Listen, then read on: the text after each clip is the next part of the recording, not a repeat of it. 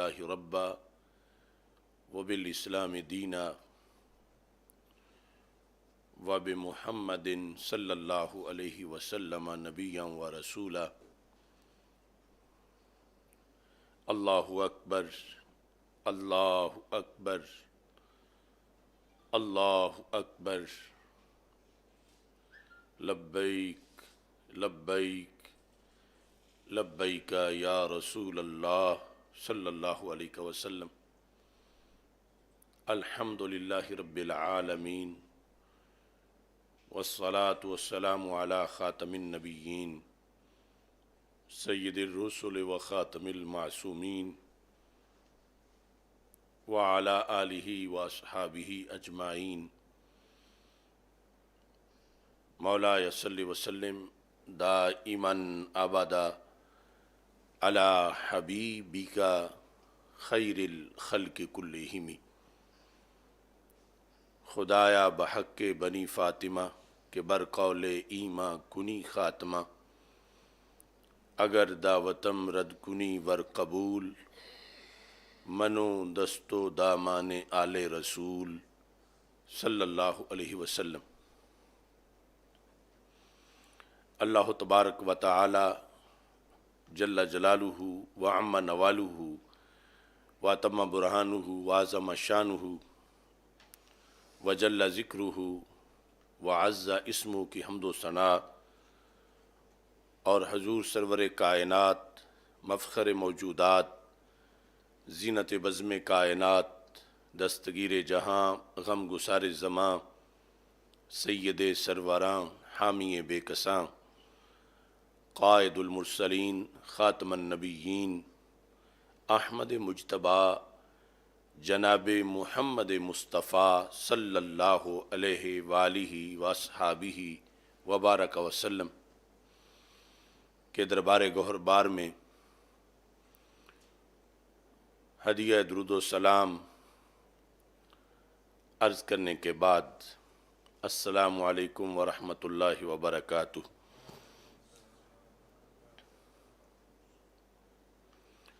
ناظرین، حاضرین، سامعین، ماہ رمضان المبارک کے معطر، منور اور مقدس لمحات میں سیدنا شاہ جلال رحمہ اللہ تعالی ریسرچ سینٹر مرکز صراط مستقیم لاہور سے آپ تمام حضرات سے مخاطب ہوں۔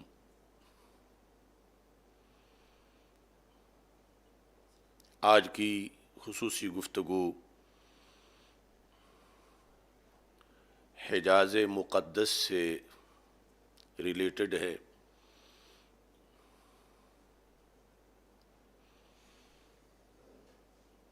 کئی سالوں کے بعد اس رمضان المبارک میں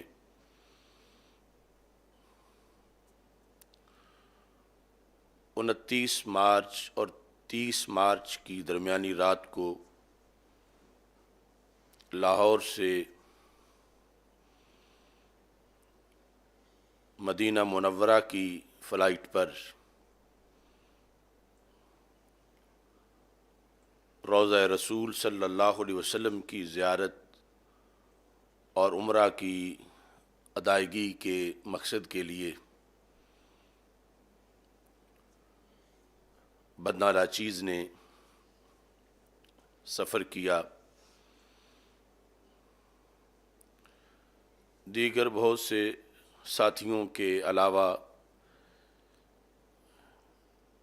محمد عبداللہ سرور جلالی بھی میرے ہمراہ تھا، اور یہ سفر گزشتہ کئی سال کی پابندیاں جو پاکستان میں تھیں فورتھ شیڈول کی وجہ سے، ان کے اختتام پر ہماری بڑی حسرت تھی، جس کے نتیجے میں عقیدت و احترام کے زیر سایہ مدینہ منورہ ایئرپورٹ پر ہمیں پہنچنے کا شرف حاصل ہوا، لیکن سعودی حکام نے سعودیہ میں انٹری دینے سے انکار کیا،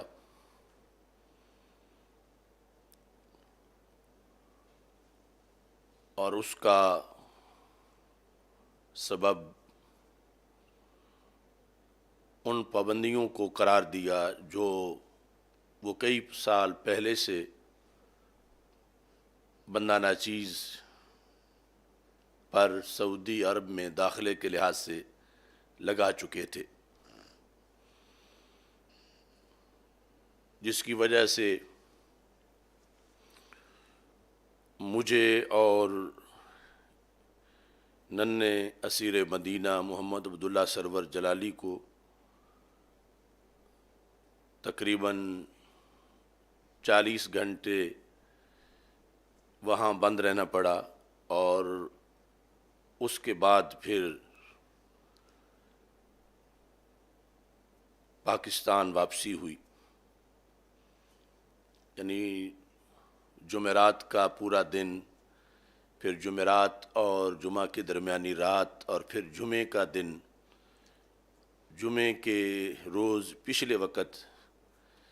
پھر ہماری واپسی ہوئی، اور رات ہم لاہور پہنچے۔ یہ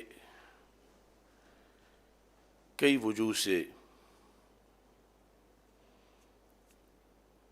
ڈسکس کرنے کے لائق امور ہیں، کیونکہ بندہ ناچیز رمضان المبارک میں تراویح کے اندر قرآن مجید کی تلاوت کے لحاظ سے خصوصی مصروفیت رکھتا ہے۔ اس سے پہلے مدینہ منورہ میں بھی قرآن مجید کئی بار تراویح میں سنانے کا شرف حاصل ہو چکا ہے، اور اس بار بھی یہی ارادہ تھا، کیونکہ 8 پارے ہم یہاں پڑھ چکے تھے اور باقی وہاں جا کر مکمل کرنے کا ارادہ تھا، لیکن پھر جب وہاں سعودی عرب میں داخلہ نہ ملا تو واپسی پر وہی اپنا معمول شروع کیا، اور اللہ کے فضل سے یعنی اس سال مسلسل جو میں مصلی سنا رہا ہوں تو یہ 41واں مصلی ہے جس میں مصروف ہوں۔ تو اس مصروفیت کی بنیاد پر جلد اس گفتگو کے لیے وقت نہیں نکال سکا، اور آج میں یہ چاہتا ہوں کہ اس سلسلہ میں مختصر سی گفتگو کی جائے۔ تو سب سے پہلی بات تو یہ ہے کہ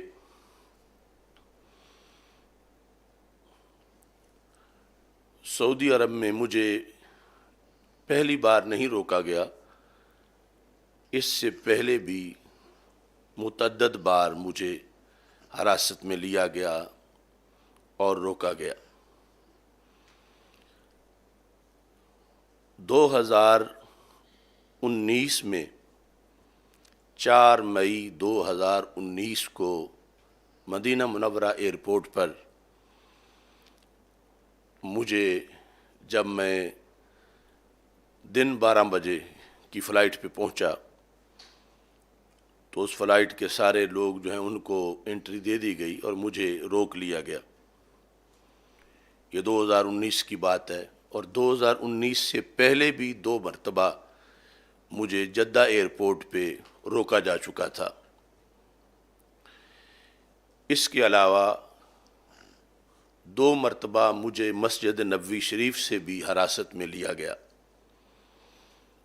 یہ 4 مئی 2019 کو جب کئی گھنٹے انہوں نے مجھے روکے رکھا، اور اس پر وہاں موجود عملہ کے اندر غیر معمولی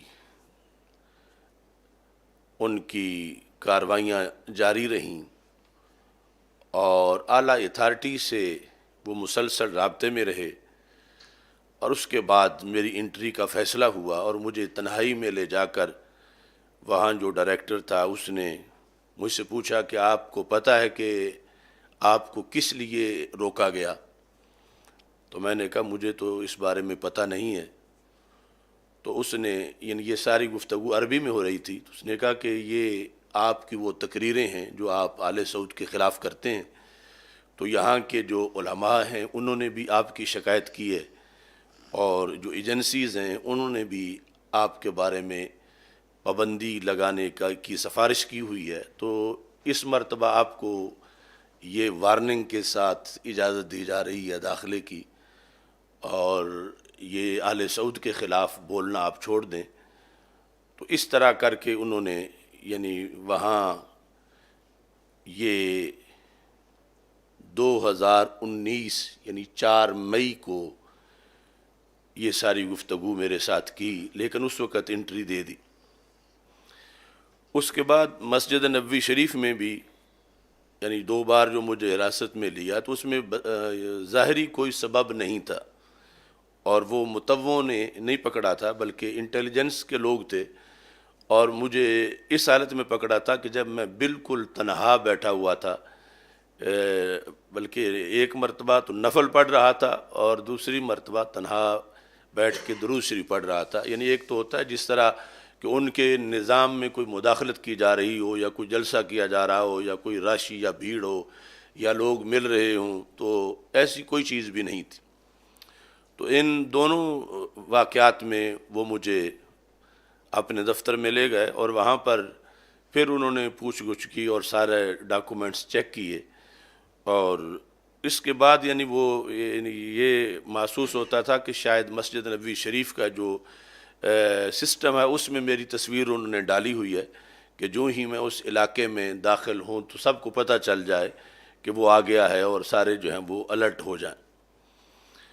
تو یہ صورتحال جو 2019 میں تھی، اس کے بعد اب پہلی مرتبہ میں گیا ہوں سعودی عرب میں حاضری کے لیے اور عمرہ شریف کے لیے 2019 کے بعد، کیونکہ درمیان میں کرونا کی وجہ سے وہاں ویسے حرم شریف بند ہوا، اور اس کے بعد مجھ پہ جو 4تھ شیڈول لگا وہ پابندیاں تھیں۔ اس کے بعد میرا جو ہے وہ قومی شناختی کارڈ جو ہے وہ کینسل تھا، اس کی وجہ سے نہیں جا سکتا تھا۔ تو اتنے سالوں کے بعد پھر اب میرا جانا ہوا، اور اب آ کر جس وقت یہ ساری صورتحال سامنے آئی، تو اس میں پھر انہوں نے آل سعود کے خلاف تقریریں جو تھیں ان کا حوالہ دیا، اور اس میں یعنی ان کے نزدیک کوئی دوسرا آپشن نہیں تھا۔ جس طرح کہ پہلے تو انہوں نے انٹری دے دی تھی،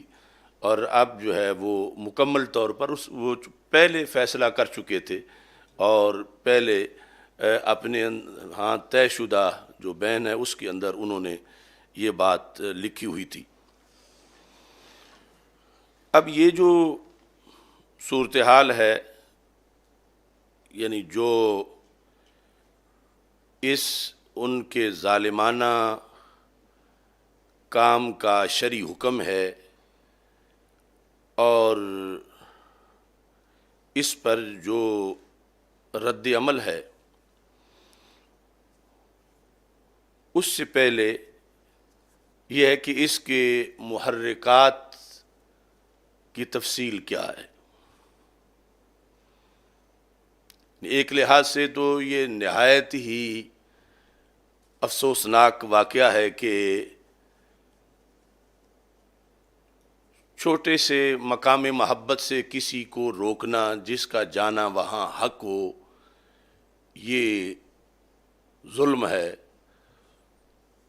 اور وہ مقام جو کہ کعبے کا بھی کعبہ ہے، اور پھر وہ ہستی کے جو روحوں کے حبیب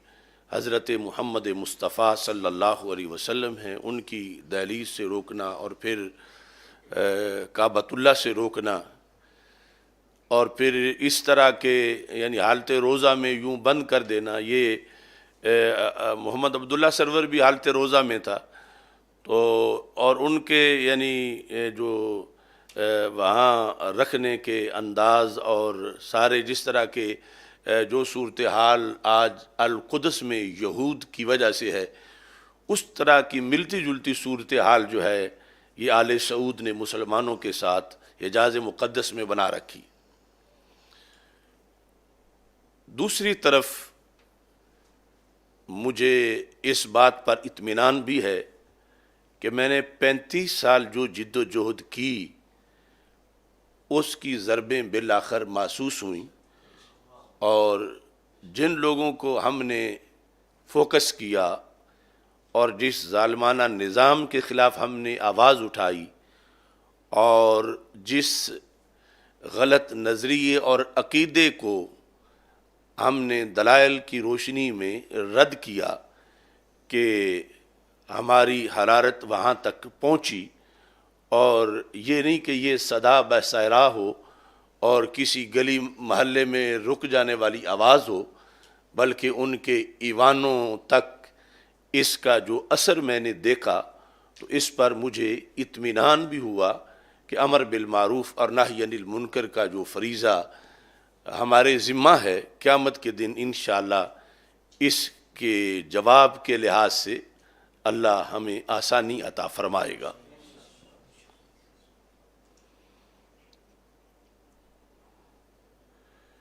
گرتے ہیں شاہ سوار ہی میدان جنگ میں، وہ طفل کیا گرے جو گھٹنوں کے بل چلے۔ جو لوگ حسینیت سے بے خبر ہیں اور امر بالمعروف اور نہی عن المنکر کے فریضے کی اہمیت کو نہیں جانتے، انہیں اس کا کیا اندازہ ہے کہ 35 سال کی طویل جد و جہد کتنے مربوط، منظم اور مسلسل طریقے سے ہم نے کی، اور اس کے بعد اتنے اثرات جو ہیں وہ ایک باطل نظام پر مرتب ہوئے۔ میری اس سلسلہ کے اندر جو تقریریں ہیں اس میں چونکہ میری حاضری وہاں پر حجاز مقدس میں اللہ کے فضل سے میں نے 14 حج بھی کیے اور 50 کے قریب یا اس سے بھی زیادہ جو ہیں وہ عمرے کیے، اور میں نے بار بار ان کا حج لٹریچر جو ہے ہر سال جو چھپتا ہے، اگر میں وہاں گیا ہوں یا نہیں گیا، میں نے اس کا پورا مطالعہ کیا۔ میں نے ان کے 6 اخبارات دن میں عربی کے سارے پڑھے کہ کیا کچھ یہاں ہو رہا ہے اور نظام میں کیا کیا خرابیاں ہیں اور کس انداز میں یہاں باطل سرایت کر رہا ہے۔ اس کے علاوہ جو جتنا ان کا یونیورسٹیز کا نظام ہے اور جو لٹریچر وہاں چھپتا ہے، اور پھر خصوصاً اہل سنت کے خلاف جو وہاں پر سازشیں ہوتی ہیں، ان سب کے لیے میں نے بہت سا وقت نکالا، گہرا مطالعہ کیا، اور پھر مشاہدات حج کے لحاظ سے جو میری تقریریں ہیں، ہر حج کے بعد کئی جمعوں تک میں نے اس کے اندر جو ان کی شرعی غلطیاں ہیں، فقہی غلطیاں ہیں، سیاسی طور پر جو وہ اسلام کو نقصان دے رہے ہیں، اس سلسلہ میں بندہ ناچیز نے آواز اٹھائی۔ اور اس کے ساتھ جس بیس پر ان کی سلطنت قائم ہے، شرک کا انجینئرڈ فتویٰ جو مسلم امہ پر لگایا گیا تھا، اس کی جڑیں کاٹنے کے لیے میں نے عقیدہ توحید سیمینارز کا انعقاد کیا، اور وہ اللہ کے فضل سے بڑے بڑے سیمینار منعقد ہوئے، پاکستان میں نہیں بیرون ملک میں بھی وہ سیمینارز میں نے منعقد کیے، اور میری تقریریں وہ وہاں تک پہنچیں، اور جو معیار الوہیت کے اندر انہوں نے گڑبڑ کی ہوئی ہے اور شرک خفی کو جو شرک جلی قرار دے کر انہوں نے جو فتویٰ لگایا ہوا ہے، اس کے لحاظ سے بھی اللہ کے فضل سے مجھے وہ کاوش کرنے کی توفیق دی جو اس دور میں شاید ایک خصوصی اعزاز ہے۔ تو اس میں بھی یعنی ان تک جو ہمارا اثر پہنچا وہ انہیں ایک مستقل غصہ ہے کہ اپنے دلیل کی روشنی میں تو اس کا جواب نہیں دے سکے، لیکن چونکہ ہم نے ان کو دلائل کی روشنی میں بے نقاب کیا،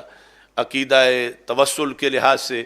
آثار رسول صلی اللہ علیہ وسلم کے لحاظ سے، برکت اور تبرک کے لحاظ سے، سیدہ طیبہ آمنہ رضی اللہ تعالی عنہا آپ کے مزار مقدس پر جب انہوں نے تجاوز کیا تو اس وقت بھی جو ریلی سعودی سفارت خانے کے سامنے پہنچی وہ یادداشت پیش کرنے کی ذمہ داری میری ہی تھی، اور اس کے علاوہ جب بھی کوئی ایسا موقع آیا کہ جس میں حجاز مقدس کے تقدس کے خلاف انہوں نے کوئی بھی کام کیا تو اس کے خلاف ہمیں آواز اٹھانے کا موقع ملا، جس میں انہوں نے جب یہ میوزک کلب بنائے، مندر بنائے، گرجے بنائے اور مودی کو ایوارڈ دیا یا اسرائیل کو تسلیم کیا، یہود و نصارہ سے دوستی کی پینگیں بڑھائیں، جس طرح کے بھی ناجائز کام انہوں نے کیے، تو اللہ نے ہمیں شرف دیا کہ ہم نے بر وقت ان کے خلاف آواز اٹھائی اور انہیں لا تتخذوا الیہود والنصارى اولیاء، یہ اللہ کا فرمان، اور اخرج الیہود والنصارى من جزیرۃ العرب، رسول پاک صلی اللہ علیہ وسلم کا یہ فرمان، اور اس طرح کے جو دیگر فرامین ہیں وہ ہم نے ایک ایک کر کے ان کو پڑھ کے سنائے اور ان کو جھنجھوڑا، اور یہ تھا کہ انہیں پہنچ کتنا رہا ہے اور کیسا رہا ہے، لیکن اب یقین ہوا کہ یقیناً ان کو پہنچا ہے اور اس پر یہ اثرات بھی مرتب ہوئے ہیں۔ اس سلسلہ میں جس وقت محمد بن سلمان جو موجودہ ولی عہد ہے، اس نے پاکستان میں آنا تھا اور خصوصی طور پر اس کا پاکستان کے اندر استقبال کیا جا رہا تھا، تو میں نے یہ ضروری سمجھا کہ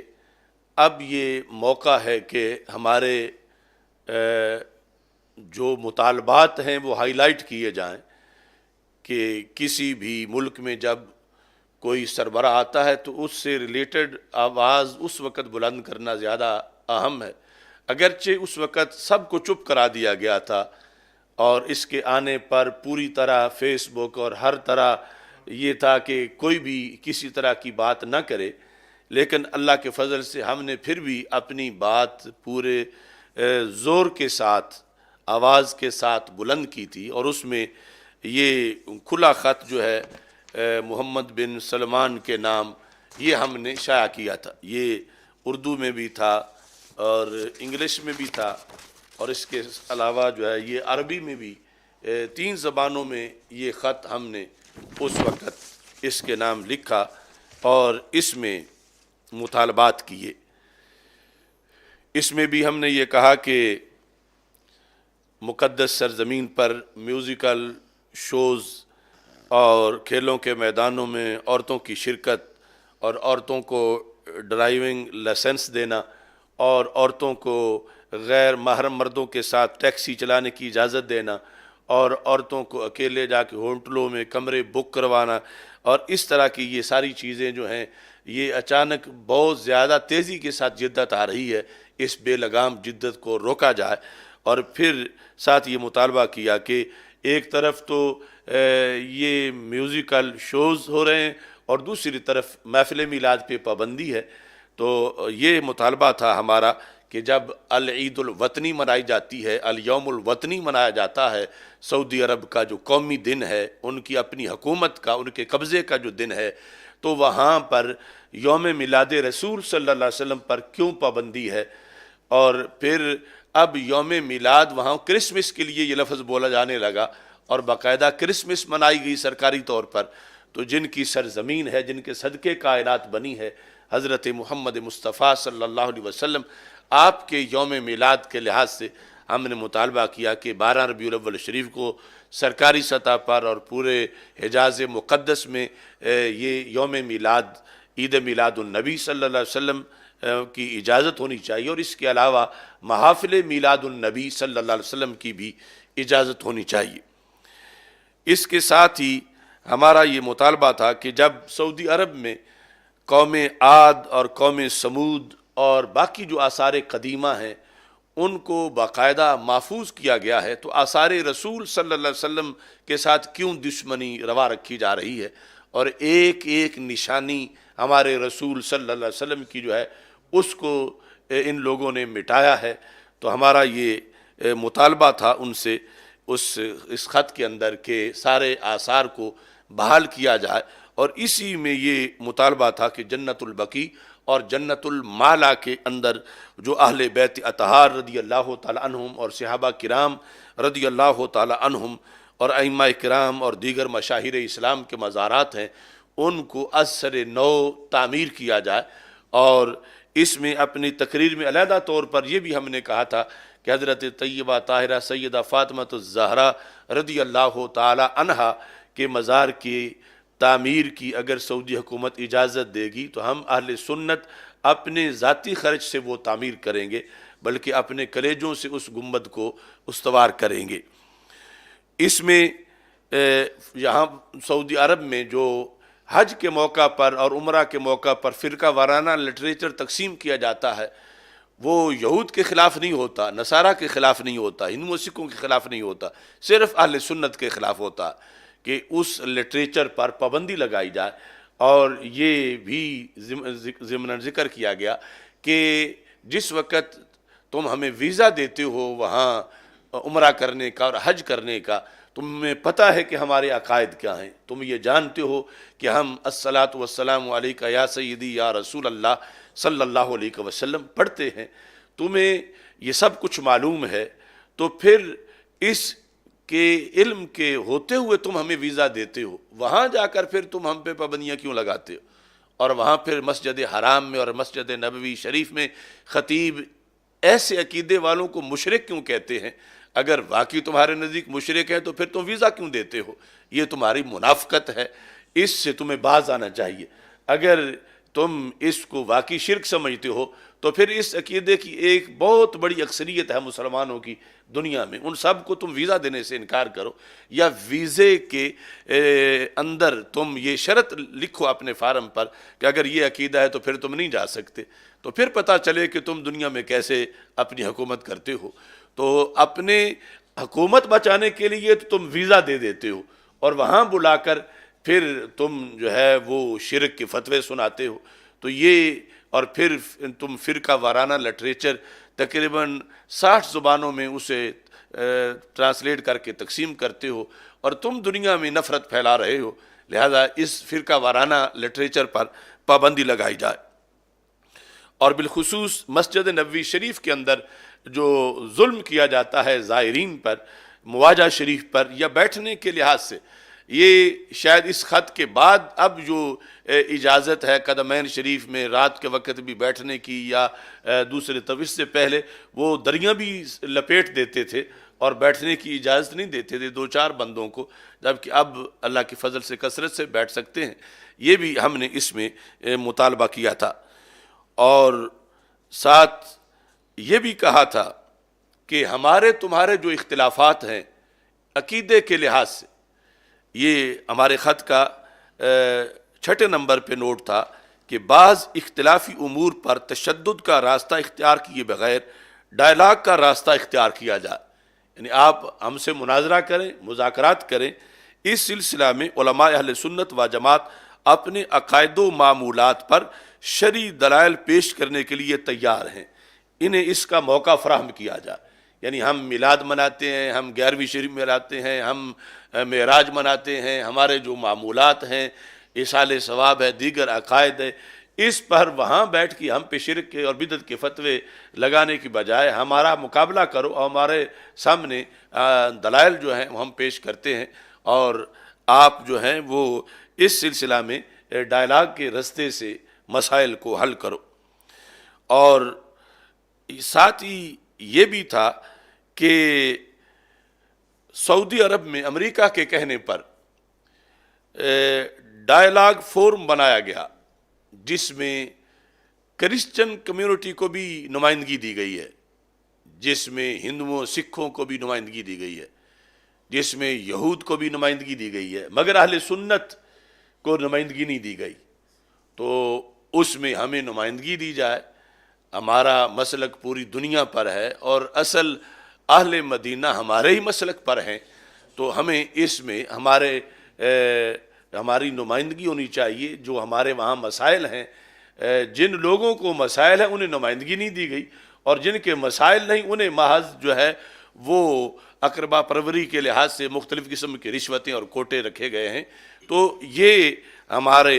خط کا خلاصہ تھا جو ہم نے اس وقت انہیں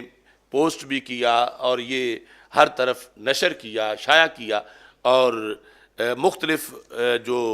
اس کے علاوہ فورم تھے اس میں اس آواز کو بلند کیا۔ اب یہ جو اس سلسلہ کے اندر ہم نے پروگرام کیے علمی طور پر، اور پھر ساتھ سیاسی طور پر جو آل سعود کے مظالم ہیں مسلمانوں پر اور حرمین شریفین کے خلاف،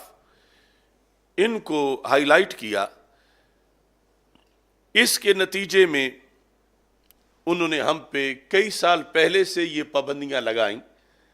جن کا اظہار اب ہمارے جانے سے ہوا، اور یہ بھی ان کی ایک کم عقلی ہے اور بدبختی ہے۔ ظاہر ہے کہ ہم نے تو کوئی چیز چھپائی نہیں، یعنی یہ نہیں ہے کہ میں کسی اور بندے کے پاسپورٹ پہ گیا ہوں کہ نام کوئی اور لکھا تھا اور میں کچھ اور تھا۔ میرے پاسپورٹ پہ میرا ہی نام ہے، یہ میری امامے والی تصویر لگی ہوئی ہے، اور سب کچھ وہی ہے۔ اگر یعنی وہ چونکہ پہلے پابندی لگا چکے تھے تو انہیں ویزے نہیں دینا چاہیے تھا، تو ویزا دینے کے بعد پھر روکنا یہ ایک دوہرا ظلم ہے۔ اور اس میں ہم نے جو کچھ ان لوگوں کے خلاف گفتگو کی وہ قرآن و سنت کے تقاضے کے مطابق کی، قرآن و سنت کے حکم کے مطابق کی، وہ اللہ کے ہاں قیامت کے دن سرخرو ہونے کے لیے کی کہ ہمارے ہوتے ہوئے سرزمین حجاز پر اسلام کے خلاف ایسے منصوبے چلیں اور ہم خاموش رہیں تو قیامت کے دن اللہ پوچھے گا کہ تم گونگے کیوں بنے رہے۔ اور یہ میں دیگر علماء سے بھی کہتا ہوں کہ جو اس وقت تک آواز بلند نہیں کر رہے اور چپ بیٹھے ہیں کہ وہ بھی اپنی آواز بلند کریں، اس واسطے کہ اصل حرمین سے پیار کا یہ تقاضا ہے کہ حرمین کے تقدس کی بحالی کے لیے کام کیا جائے۔ حرمین کے ساتھ جو اصل محبت ہے وہ یہ ہے کہ وہاں سے اسلام شروع ہوا، اور جو لوگ اسلام کی خلاف ورزی کر رہے ہیں اور پھر وہاں قبضہ جمایا ہوا ہے، ان لوگوں کا قبضہ جو ہے وہ ہر حال میں غلط ہے۔ بڑے بھونڈے طریقے سے اور ظالمانہ طریقے سے یہ قابض ہوئے، اور یہاں یہ بات بھی قابل غور ہے، ایک ہے وہابیت کے خلاف تقریر کرنا اور ایک ہے آل سعود کے مظالم اور ان کے جو اسلام کو نقصانات ہیں ان کو بیان کرنا۔ یہ دونوں چیزیں ضروری ہیں۔ ہمارے کچھ لوگ وہابیت کے خلاف، نجدیت کے خلاف یا ان عقائد کے خلاف تو تھوڑا بہت بولتے ہیں، مگر جو سعودیت ہے، نجدیت ہے، یعنی آل سعود کے جو مظالم ہیں اس کے خلاف زبان نہیں کھولتے۔ اس میں ہمیں پتہ ہے، ہمیں کئی سال پہلے یہ تجویز دی گئی کہ آپ صرف وہابیت کے خلاف بولا کریں، آل سعود کے خلاف بولیں گے تو اس کی بڑی قیمت دینی پڑے گی۔ تو میں نے یہ کہا کہ یہ وہابیت کا بندر جس مداری کے ہاتھ میں ناچ رہا ہے وہ آل سعود کا مداری ہے، تو سب کچھ تو وہی کرا رہے ہیں، تو یہ کس طرح ہے کہ ہم انہیں غلط وہابیت کو تو کہیں اور جو سب کچھ کروا رہے ہیں، جنہوں نے سارا نقصان اسلام کو پہنچایا ہے، ان کو چھوڑ دیں۔ تو اس بنیاد پر یعنی ان کے مظالم کو بیان کرنا اور جو امر بالمعروف اور نہی عن المنکر کا تقاضا ہے اس کو پورا کرنا یہ ہماری ذمہ داری ہے۔ اب دو چیزیں ہیں، ایک ہے کہ حرمین شریفین کی حاضری کو مقدم کیا جائے، اور دوسرا یہ ہے کہ اللہ اور اللہ کے رسول صلی اللہ علیہ وسلم کے فرامین کے ابلاغ کو مقدم کیا جائے۔ یہ جو کچھ اب ہوا اس کا ہمیں پہلے ہی علم تھا کہ ایسا ہونا ہے، اور کئی سال پہلے سے یہ سارے منصوبے ہمارے سامنے تھے، مگر ہمیں شریعت نے یہ بتایا ہوا ہے کہ ایک وقت وہ بھی تھا کہ جس وقت سرور کونین حضرت محمد مصطفیٰ صلی اللہ علیہ وسلم کے سامنے رکاوٹیں کھڑی کی گئی تھیں، اور ان کے لیے بھی کعبۃ اللہ جانے پر پابندیاں لگائی گئیں اور یہ سارے معاملات ہوئے، لیکن حق اللہ کے رسول علیہ الصلوۃ والسلام کے ساتھ تھا، اور واضح کیا کہ یہ جو دین ہے اس کو پھیلانا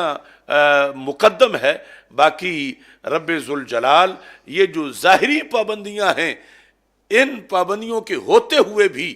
لوگوں کے دلوں کو ہی مدینہ بنا دیتا ہے، اور خالق کائنات جل جلالہ اپنے قرب سے یہ سارے قرب عطا فرما دیتا ہے، کیونکہ ظاہری قبضے ان جگہوں پہ غیروں کے بھی ہوتے رہے یہ کوئی دلیل نہیں ہے۔ اگر آج حجاز پہ آل سعود کا قبضہ ہے تو قبلہ اول پہ یہود کا قبضہ ہے، نہ وہاں ان کے قبضے کی وجہ سے وہ حق پر ہیں، نہ یہاں ان کے قبضے کی وجہ سے یہ حق پر ہیں۔ اب دو چیزیں ہیں، حرمین شریفین کا تقدس اور ہے، آل سعود کی بات اور ہے۔ ہم حرمین شریفین کے تقدس کے وارث ہیں، حامی ہیں، محافظ ہیں، اور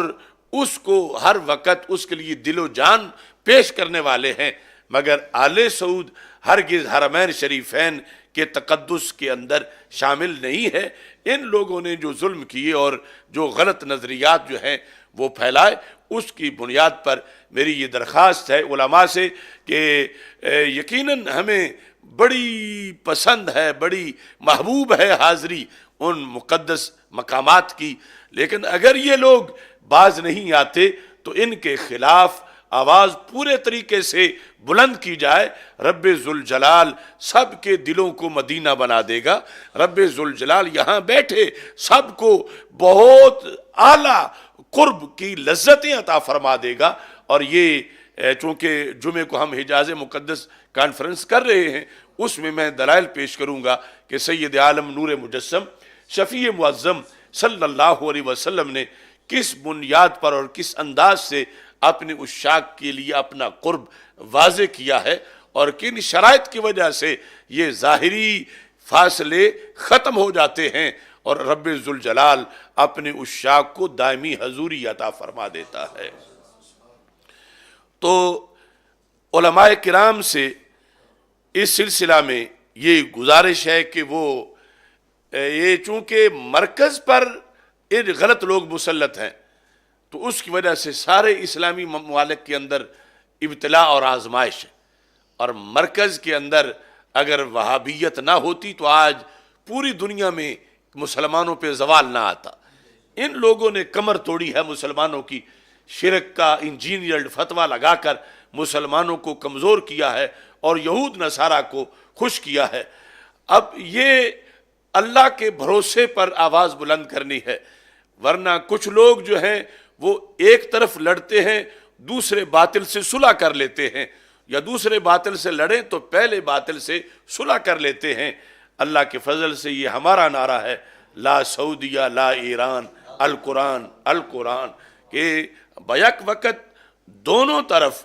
ہم ان دونوں جہتوں کو کھوٹے سکے کی دو جہتیں سمجھتے ہیں، اور اہل سنت مستقل ہیں، کل بھی مستقل تھے، آج بھی مستقل ہیں، اور ان کا وہ دیس ہے، اور ہر ملک ملک ماست کے ملک خدائے ماست، اور وَاعْلَمُوا أَنَّ الْأَرْضَ لِلَّهِ وَلِرَسُولِهِ۔ تو اس بنیاد پر ہمیں یہ آواز جو ہے وہ پورے زور کے ساتھ بلند کرنی ہے، اور ہمیشہ کی حکومت اللہ کی ہے اور اللہ کے رسول صلی اللہ علیہ وسلم کی ہے۔ یہ آل سعود آج ہے کل نہیں ہوگی۔ اس بنیاد پر ان کا کلمہ ہم سے نہیں پڑھوایا گیا، ہم نے کلمہ پڑھا اللہ کا اور اللہ کے رسول صلی اللہ علیہ وسلم کا۔ اس بنیاد پر اس پر ہم نے قائم رہنا ہے، اور علماء کرام کو میں دعوت دے رہا ہوں کہ انشاءاللہ یہ جو 14 اپریل کا جمعہ ہے اس دن کو یوم حجاز مقدس منایا جائے، اور جمعہ کے خطبہ میں جیسے رمضان المبارک کے موضوعات ہیں اور خصوصاً توبہ و استغفار کے لحاظ سے ان کے ساتھ ساتھ بیت المقدس کی آزادی کے لحاظ سے آواز بلند کی جائے، اور وہاں جو ظلم ہو رہا ہے اس میں پورے پارٹنر ہیں یہ نجدی لوگ اور یہ عرب، کہ جن کی وجہ سے وہاں پر اسرائیل یا اس کا تسلط ہے، اور یہ جو عرب اس کو تسلیم کر چکے ہیں یہ فلسطینیوں کے خون کے سوداگر ہیں۔ تو یہ وجہ بیان کی جائے کہ حجاز مقدس آزاد ہوگا تو قدس آزاد ہوگا، یہ آواز خصوصی طور پر بلند کی جائے، اور جو اس خط کے اندر چیزیں ہم نے بیان کی ان چیزوں کو دہرایا جائے، اور اچھے طریقے سے یہ واضح کیا جائے کہ مسلمان زندہ ہیں اور کسی طرح بھی کلمہ حق کہنے سے، کوئی قربانی دینے سے دریغ نہیں کریں گے، اور انشاءاللہ اپنا پیغام پورے وثوق کے ساتھ بلند کریں گے۔ اس میں اب یہ جو صورتحال ہے اس کے اندر ان کا عمرے سے روکنا اور روضہ رسول صلی اللہ علیہ وسلم کی زیارت سے روکنا یہ قطعی طور پر ایک غیر شرعی کام ہے اور ایک قطعی طور پر ظلم ہے، لیکن ان لوگوں کی عقل کا کیا کہا جائے کہ جو اس غیر شرعی کام کو کسی مقدس ہستی کی طرف منسوب کرنا شروع ہو جائے، یعنی یہ غیروں کی جو چرنے ہیں ان میں چرنے کی وجہ سے ان کی فکری پستی ہے، یا یہ ان کی دجالی سوچ ہے کہ جو حرام کام ہے، جو ناجائز کام ہے کسی کا، کسی مجرم حکومت کا، یہ اس کو اللہ کی مقدس ہستیوں کی طرف منسوب کر کے اپنے جشن مناتے پھر رہے ہیں۔ اور ان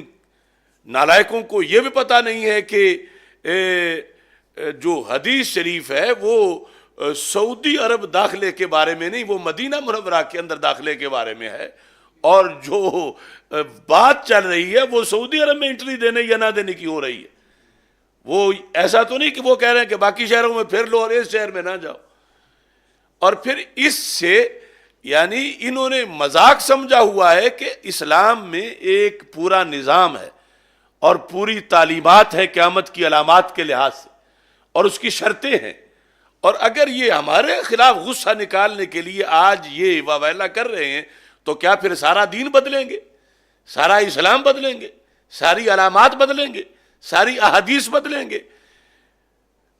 یعنی یہ دجالی سوچ والوں کو کیا ان کا دجال اس نے پہلے 14 حج کیے ہوئے ہوں گے؟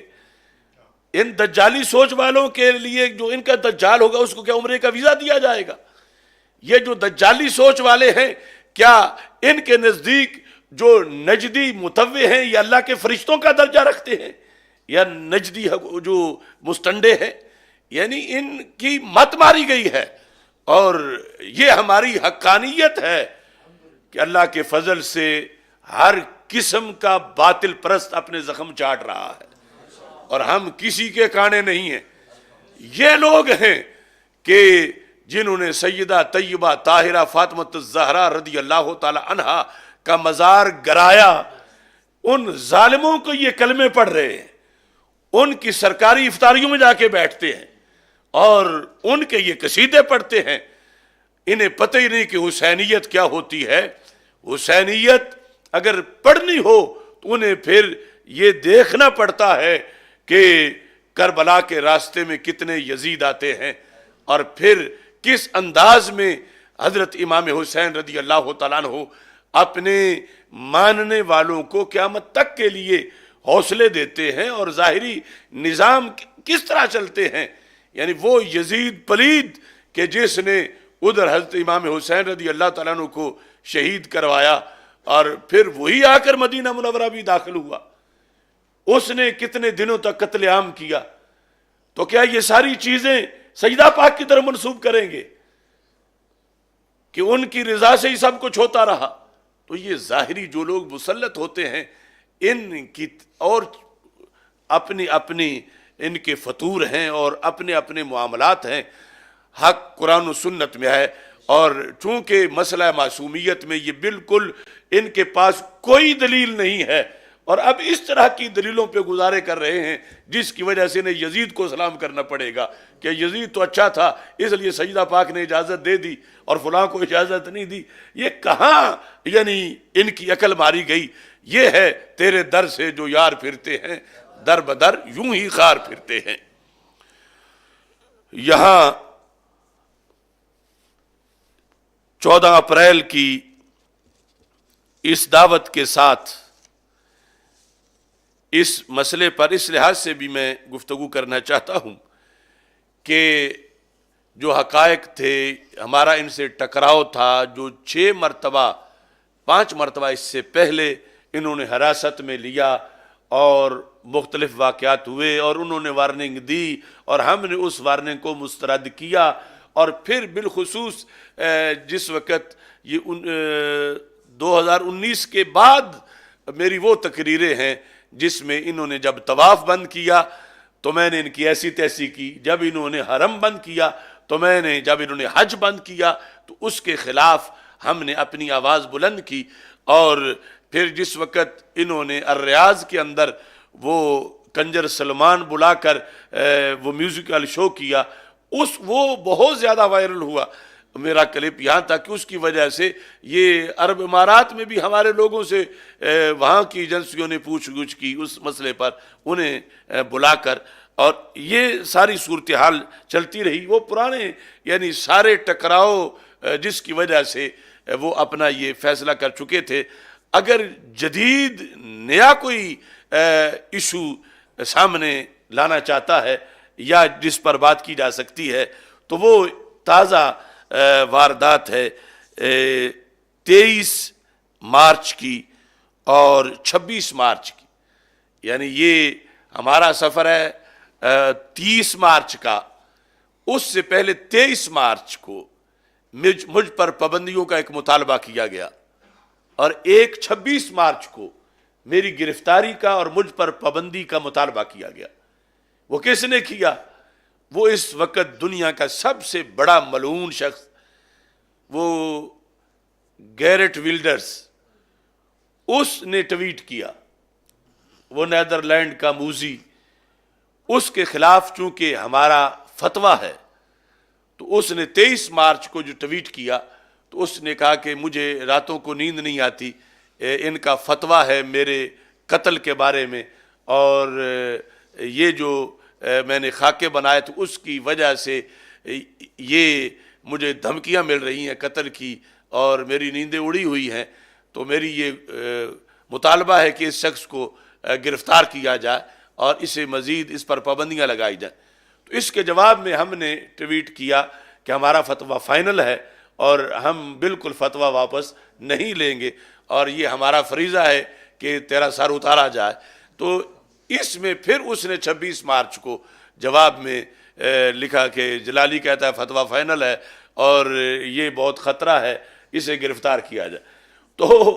اگر کوئی نیا گرفتاری کا ایجنڈا تھا تو وہ گیرٹ ولڈر کا تھا، اور ان لوگوں کی آپس میں دوستیاں بھی ہیں، تو ہو سکتا ہے کہ اس کی وجہ سے یہ انہوں نے پابندی لگائی ہو، لیکن میں یہ سمجھتا ہوں کہ کئی سال پہلے کا جو سلسلہ چل رہا تھا اور بار بار اس سلسلہ میں وہ اپنے تحفظات بھی پیش کرتے تھے اور وارننگ بھی دیتے تھے، اور ہم نے اپنا فریضہ سمجھا ہوا تھا اور اس پر مسلسل کام کرتے آئے ہیں، جس کے نتیجے میں ہمیں یقیناً افسوس بہت ہے، کیونکہ جب یہ عبداللہ سرور روتا تھا تو میں اپنے آنسوؤں پر کنٹرول نہیں کر سکتا تھا کہ یہ مسلسل کہتا تھا کہ بابا ہم چلیں، ہم حاضری دیں روضہ رسول صلی اللہ علیہ وسلم پہ، ہم عمرہ کریں، لیکن ہمارے سامنے اس سے بڑا ایشو مقدم تھا دین رسول صلی اللہ علیہ وسلم، اور یہ میں تمام اہل سنت کو ہدیہ تبریک پیش کرتا ہوں کہ ہم وہاں پھسلے نہیں، ہم وہاں بھٹکے نہیں، ہم نے معافی نہیں مانگی، ہم نے اس انداز میں وہاں وقت گزارا ہے کہ اگر کسی نے ان سے میرا پوچھا ہے کہ وہ بیمار ہے اور اس کو ہم دوائی دینا چاہتے ہیں تو انہوں نے کہا کہ اسے تو کوئی خوف کسی کا نہیں، وہ کیسے بیمار ہے، یعنی اس جیسا تو صحت مند ہے ہی کوئی نہ۔ تو اللہ کے فضل سے ہمارا جو یہاں موقف تھا وہی ہمارا وہاں موقف تھا، وہی آج ہے اور وہی قیامت کے دن انشاءاللہ ہوگا۔ تو اس پر سارے اہل سنت کو سٹینڈ لینا چاہیے، اپنے معمولات کے لحاظ سے، اپنے عقائد و نظریات کے لحاظ سے، اور اس موضوع کے جو تفصیلات ہیں انشاءاللہ گوجرانوالہ میں جمعہ کے دن یہ 14 اپریل کو حجاز مقدس کانفرنس ہم منعقد کر رہے ہیں، اس کے اندر تفصیل سے انشاءاللہ بندہ ناچیز بیان کرے گا۔ یہ چند اشعار جو اس موقع پہ لکھے جب وہاں سے حاضری کے بغیر واپسی ہو گئی، کاش چند دن مجھ کو آستاں پہ مل جاتے، سالہا کی فرقت کے زخم پھر تو سل جاتے، جو ہی ایک نظر پڑتی ان کے سبز گنبد پر، جو ہی ایک نظر پڑتی ان کے سبز گنبد پر، موسم محبت میں باغ دل کے کھل جاتے، گزر جو میرا ہوتا آپ کے مواجہ سے، ان کی ایک تجلی سے داغ دل دھل جاتے، داغ دل کے دھل جاتے، گزرتے جو دن میرے ان کے قرب ظاہر میں، فیض علم کے چشمے قلب سے ابل جاتے، گردش زمانہ کی دھول سب اتر جاتی، زندگی کے کئی صدمے عافیت میں ڈھل جاتے، آپ ہی کے ٹکڑوں پر جی رہا ہوں پہلے بھی، پھر تو روز و شب میرے اور بھی اجل جاتے۔ اب آخری شعر ہے جو موضوع ہوگا حجاز مقدس کانفرنس کا، من کانو حیثو نے آ دیا سہارا ہے، یعنی وہ تو نہیں ہو سکا لیکن پھر جینا کیسے ہے، من کانو حیثو نے آ دیا سہارا ہے، ورنہ داغ فرقت سے روح و دل نکل جاتے،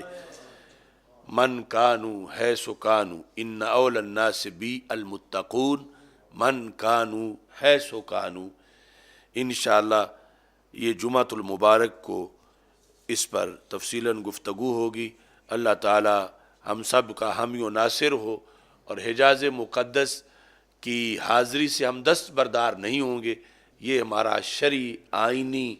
حق ہے، اور یہ حق ہم ان سے مانگتے رہیں گے اور حاصل کرنے کی کوشش کریں گے، اور ہم چونکہ یعنی یہ نہیں چاہتے کہ اس سرزمین پہ بدامنی ہو، چونکہ